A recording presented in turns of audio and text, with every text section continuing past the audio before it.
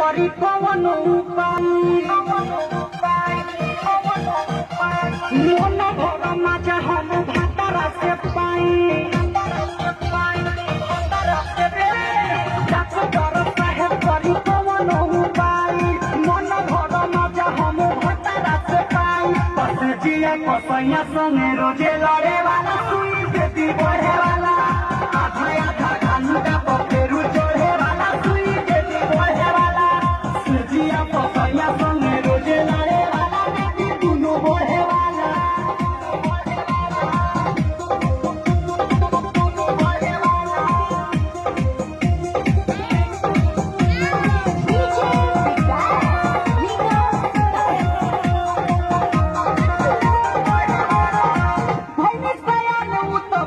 छोटे छोटे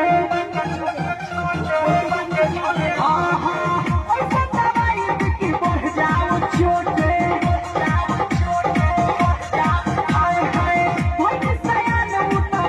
छोटे छोटे बढ़ जाओ छोटे दबावे खातिर दुनू हाथ हवा में धरे वाला सुई देती बढ़े वाला आधा आधा घंटा पपेरू चढ़े वाला सुई देती बढ़े वाला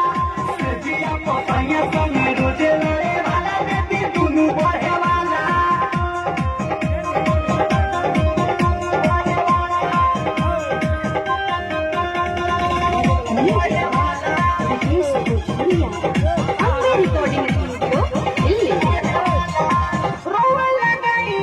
कौनो जतन हो आए है के तो भरत नहीं के मन हो